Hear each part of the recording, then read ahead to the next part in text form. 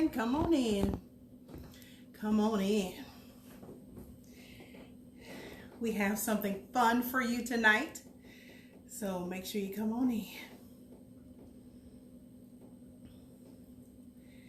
Come on in. We're going to be talking about the 4 domains of emotional intelligence. We want you to just get a pencil and paper, and so we can make sure that you understand how important it is to be emotionally intelligent. You know, most people are ignorance on fire, and most individuals, they react to stimulus and their emotions are all over the place.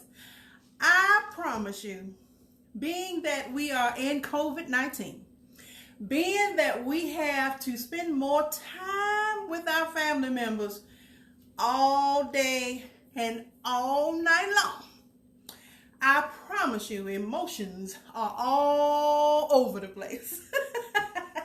So, you know, this is Thursday. You know it's all about you. And you know it's time to get down to business, because Sharon don't keep you long.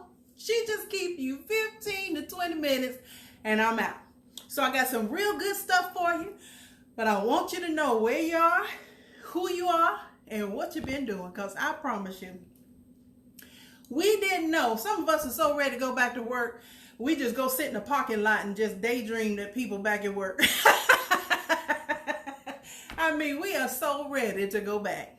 But just know that when you're actually getting to know some people you haven't gotten to know in a long time, I mean, when you with somebody 24/7, 7 days a week, that's a little interesting. You don't gotta admit that's interesting, because you're not used to dealing with folk 24/7, 7 days a week. What we do, we deal with you in the morning before we go to work, and then we get home from work, we deal with you until we go to bed, and then the rest of those hours, we sleep. So I promise you, while dealing with our significant others, our family, our children, anyone that's in that house, I promise you, we need some emotional intelligence. So that's what we're going to be talking about tonight. There are 4 domains to consider when you are on an inquisitive journey about how to be emotionally intelligent, okay? All right, so number 1, you know I ain't gonna keep you long. You got your pencil and paper? I know you do, because you good students, and you know Miss Sharon gonna give you something good every time. All right, number 1, first domain, the self-perception domain. Now, there's a reason why that's the number 1, because we really can't control anybody else's actions but our own. And we really can't control how we act but ourselves. So the self-perception domain is probably what I would consider probably the most important domain, because you have to be able to read yourself. You have to be able to know when you're getting irritable. You have to be able to, you know, kind of identify the triggers that kind of trigger your emotions just like that.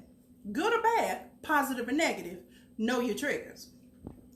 And you also have to work on your own self-confidence, because in many areas, knowing yourself and operating in the self-perception domain, some of us don't feel very good about ourselves. Some of us don't have a lot of self-confidence. And believe it or not, I know that you have had, you know, proof positive for your belief. But I need to let you know tonight, I want you to scratch everything anybody's ever said to you negatively. And I want you to say the exact opposite of what you've been told all your life. Just say the exact opposite, and say that 5 to 15 times a day. Because the only person that matters is you. What you think about you is the only thing that matters. A made-up mind is a majority, and it doesn't matter if anybody else agrees. So this self-perception domain allows you to get to know yourself, have more confidence, and sometimes you have to build your own confidence. Do you know you can't wait on nobody to help you feel good about you? Nope. Y'all see my ponytail? Nope. You can't do it. You have to feel good about you first. And because you feel good about you, you attract individuals who feel good about you. Did y'all hear me? First, it starts with self. You got to feel good first. If there's things that you don't think that you're good at, it's okay. Focus on what you know you're good at. So first domain is self-perception domain, because who are you? Who do you perceive you to be? If you were talking to yourself about yourself to someone else, is what I want to say, what would you say? I want y'all to write down after this. You know I'm going to keep you long, so I got to give you these 4 domains. But write down, what would I say about me if I was talking to someone else about me? Act like you somebody else gossiping to somebody else about you. What would you say? And if there's anything negative falling out of your mouth, I want you to cancel it. And I want you to say the exact opposite of what you wrote down. All right, so that's number 1, the self-perception domain. Key to emotional intelligence, okay? Number 2, self-management domain. Now, controlling emotions is not the easiest thing in the world, but you also have to want to. You know, yeah, some folks would be like, well, you know what? If you piss me off, you just gonna get what you get. You have to want to control yourself. You have to want to be the higher personality in a conflictual situation. You have to actually want to desire to not have anyone else trigger your emotions and you just react. You have to want to control your own emotions and get a handle on them, because for those folks that say, I just can't help it, that's not true. You don't want to help it. You can help it if you want to help it.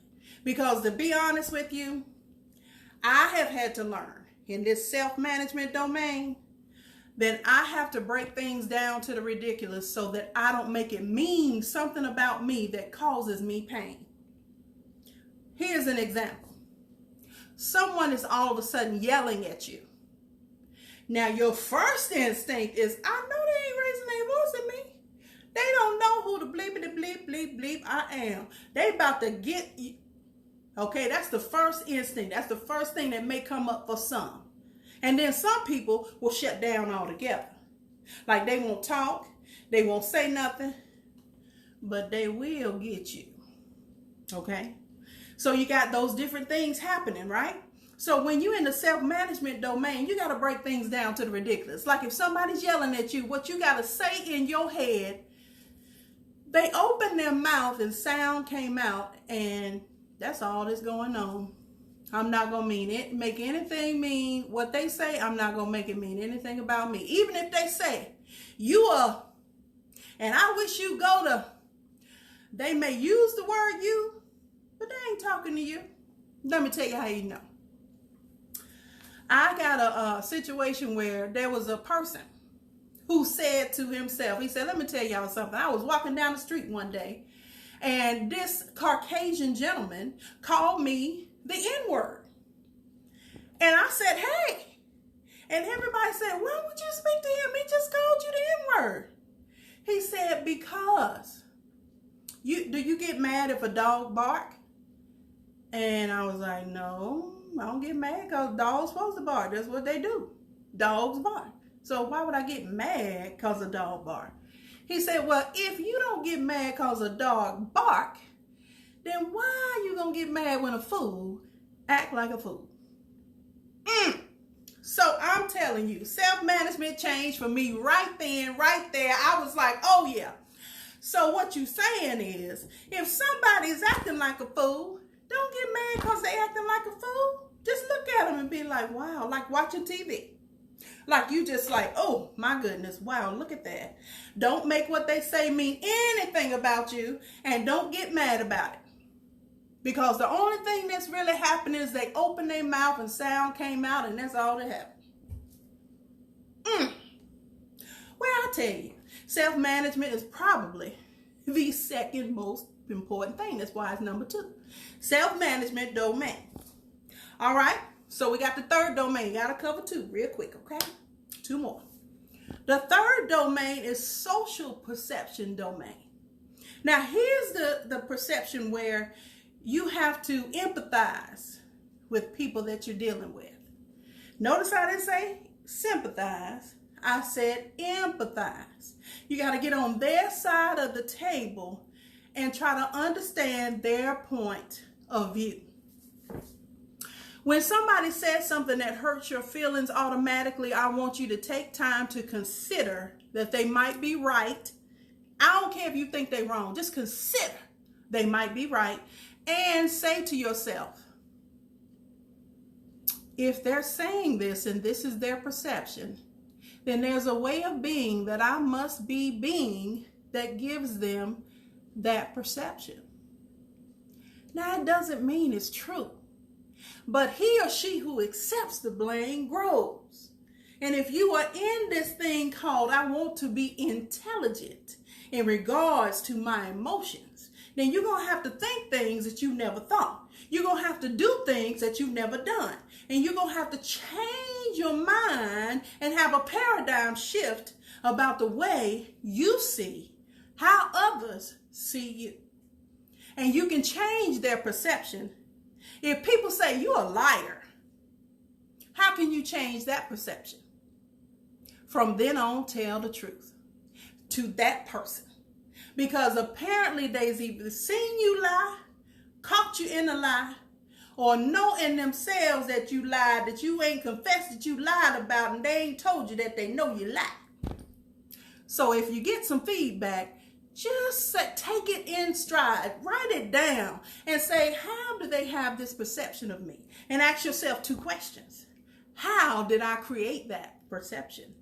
And the second question is, how can I create a different result? Because you can change anyone's perception of you, regardless of the past things that you've done, regardless of the things that they know about that you've done in your past. You can change your perception that other people have of you today. All right, number 4, social skills domain. Now, some people have wonderful social skills, like they can be in line at Walmart and talk to people in front of them, behind them, and next thing you know, they act like they've been knowing people for 20 years. You have those people that have that wonderful personality. And then you have those of us who don't necessarily get along or, have a very pleasant disposition. And you've chosen that, some of you, because you've been hurt.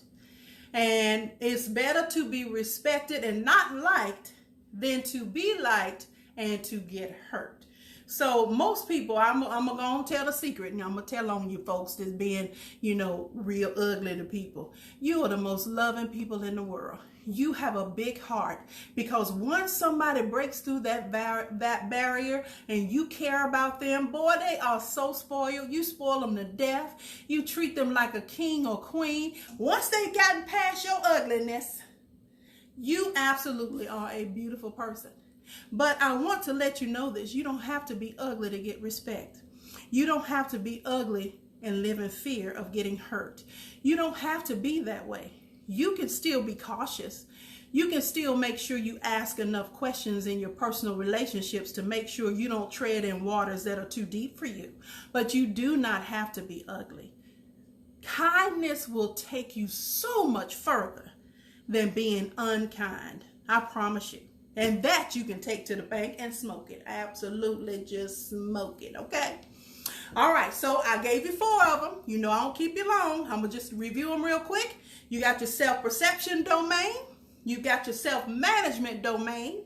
You've got your social perception domain. And you've got your social skills domain. That deals with facilitating, influencing others, developing others, cultivating relationships in your life, collaborating with people, If you want to get somebody bought into your dream, first you get bought into your dream. A hot stove ain't got to ask nobody to get hot. If you don't like the way people are treating you, go above and beyond to treat those same people as nice as you can treat them. God will make evil good to you and good better. He will absolutely make your enemies your footstool. But you have to take charge of your emotions, and you have to know that can't nobody make you do anything. And that's my segment for Thursday night. It's all about you. I want you to know that I am your life coach on the couch, Sharon Hill Withers. I'm here for you. I have put my information in this particular live so that you can call me. But don't sit and suffer in silence. Just know that I'm here and God loves you, and so do I. So have a good night. Thank you for tuning in, and I'll see you next Thursday.